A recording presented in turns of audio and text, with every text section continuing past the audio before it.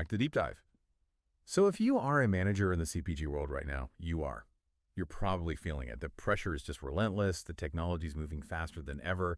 And, well, frankly, the stress is starting to boil over.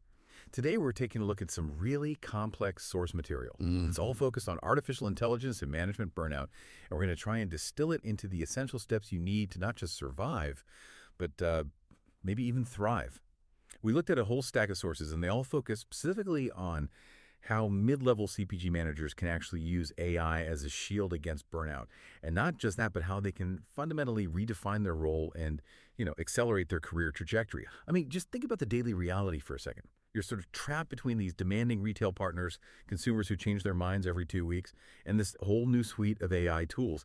These tools, they promise to make your life easier, right? But often they just generate a flood of new data, new dashboards, alerts, and these constant requests for quick insights. And that feeling of being overwhelmed, that is the core tension we have to confront right away.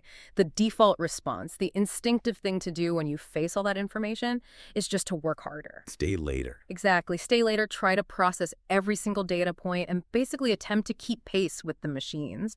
But the sources are crystal clear on this. That effort to compete on speed and volume, that is exactly where burnout finds its fuel. It's not about a lack of personal resilience or commitment. It's that you're competing on the wrong playing field. A field where AI just has this insurmountable advantage. You can't outcrunch the numbers. You can't outgiraffe the content. It's impossible. So our central thesis for this deep dive really is that the goal isn't competition. It's augmentation. We need to treat AI as augmented intelligence.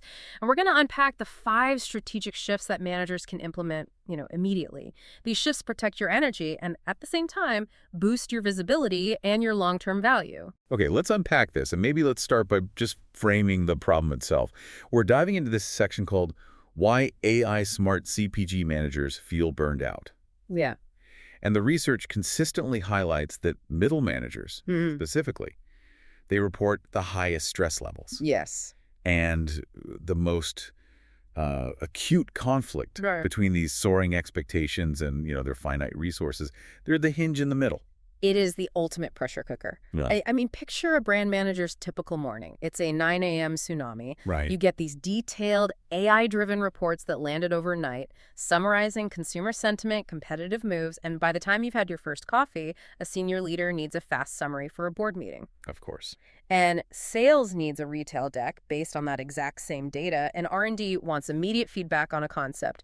The instinct is to just try and respond to everything. You have to prove you're on top of it. Exactly, to keep the plates spinning. Which leads to this crucial question the sources raise. Yeah.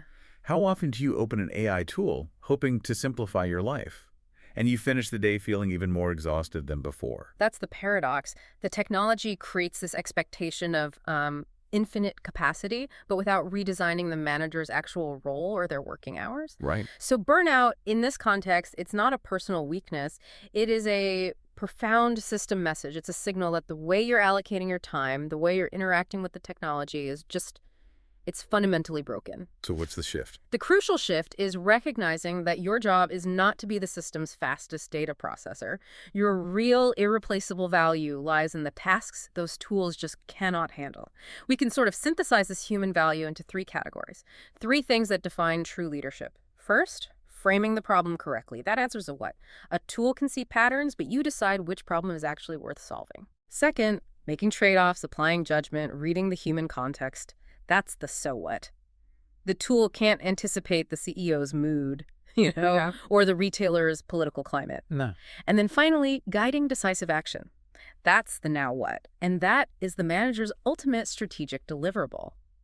What's fascinating here is that the moment you internalize that your job is to deliver the so what and the now what, and only use AI for the what, you immediately shift your entire focus. And you stop treating exhaustion as a personal failure. Exactly. You start treating it as a signal to update your approach. That reframing brings us right to our first tactical adjustment, which is shift 1. Don't race AI on speed or volume. This seems obvious, but I think in practice it's really hard. You have to respect AI's brilliance. I mean, it can crunch billions of data points. Faster than we can blink. Right, and create a polished draft of anything faster than any human ever could. The trap is feeling like you have to match that output. Let's stick with that Shopper Insights Manager example. They feed the AI mountains of data loyalty cards, survey results, Search behavior trends. and they get this instant, massive report. The temptation is to meticulously polish that long report, format it perfectly, and then just set it to every stakeholder you can think of. You become a conduit of noise. Yes. The AI smart move here is it's fundamentally counterintuitive. It requires discipline.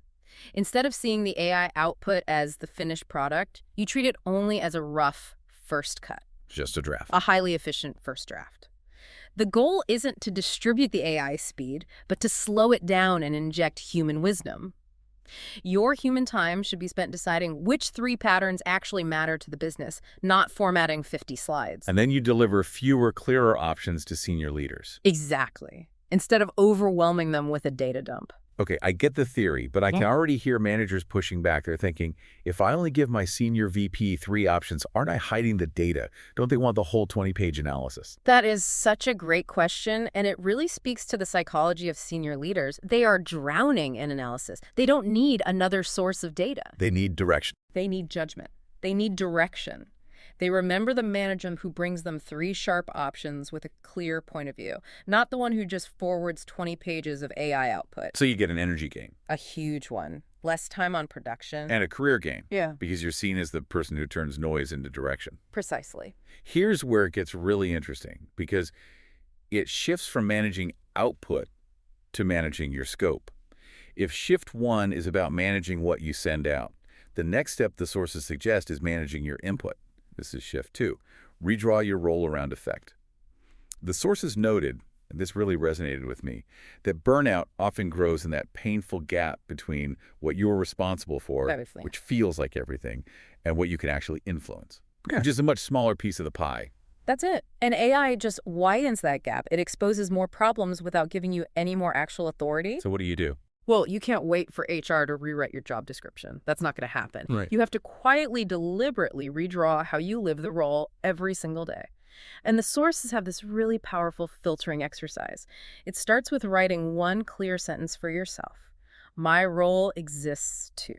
And the examples they gave were so specific, not vague things like support the business. It was things like, my role exists to turn shopper understanding into profitable growth with our top 3 retailers. Or, my role exists to protect and grow brand value in the 2 key occasions that define our category. Very specific. Very specific. And once you have that sentence, it becomes your absolute filter. Work that serves that core purpose stays at the top of the list. Anything else, any nice-to-know tasks, Even the AI-driven ones? especially those, they become candidates for simplification, delegation, or just a much slower rhythm. But okay, let's talk practical barriers. Yeah. What happens when I use this filter and then my boss asks me to pull that tangential data anyway? Yeah. How do I defend dropping a task without looking, Yeah. lazy? You defend it with the filter. This is about professionalizing your priorities, not dodging work. You can calmly respond. To deliver on my core mandate, which is, and you repeat your sentence, I've allocated my resources here. If you need me to shift priority to this new task, which will probably take X hours, which of these current priority tasks should I deprioritize? So you're not saying no. You're not saying no, you're asking for strategic alignment. That's leadership. Companies are desperate for managers who focus on the few things that truly change the results. That focus on time. It leads us right to the next shift. This is shift 3. Use AI to shorten the work, then actually keep the time. This is a mistake I think everyone makes. Yeah. AI saves you 2 hours on a deck, and you immediately fill those 2 hours with 3 new tasks. Yes. You just keep your nervous system maxed out. You have to actively decide to monetize that saved time for your own health and your strategic goals. Let's take the sales manager prepping a big retailer pitch. AI can structure the deck, summarize performance, draft talking points instantly. The traditional trap is to take that draft and then just agonize over every word, over-edit, extend the deck from 8 slides to 15. Rehearsing late into the night. Answering every just-in-case question, all the time you saved is just gone. So the AI smart manager focuses their human effort on what? On only 3 things: the compelling story, the key trade-offs that need a decision, and the clear ask, and this is the crucial part. They stop when those 3 pieces are strong. They don't chase perfection. And you have to protect that time deliberately. With tactical measures, not just good intentions. The sources recommend 3 things. 1, block a finish time in your calendar and respect it. Like a real meeting. Like an immutable meeting. 2, decide in advance how many AI versions you'll even look at before you commit. Stop the tinkering. And 3, Have proactive conversations with your boss about what good enough actually means for standard outputs. Can you give us an example of what that good enough conversation sounds like? Because that feels like a conversation most managers avoid. Absolutely. So instead of a custom 40-slide deck every week, you might agree. For the weekly performance review, I will provide a 5-slide AI-generated summary. It will highlight the top 3 outliers and 1 sentence of my context, delivered by noon on Tuesdays. That becomes the definition of good enough. And that frees up hours. Immense hours for Yeah. things that actually grow your profile, mentoring, cross-functional projects, just dedicated thinking time. And that leads us right into the final and maybe the most durable shift. Shift 4, invest in human alliances.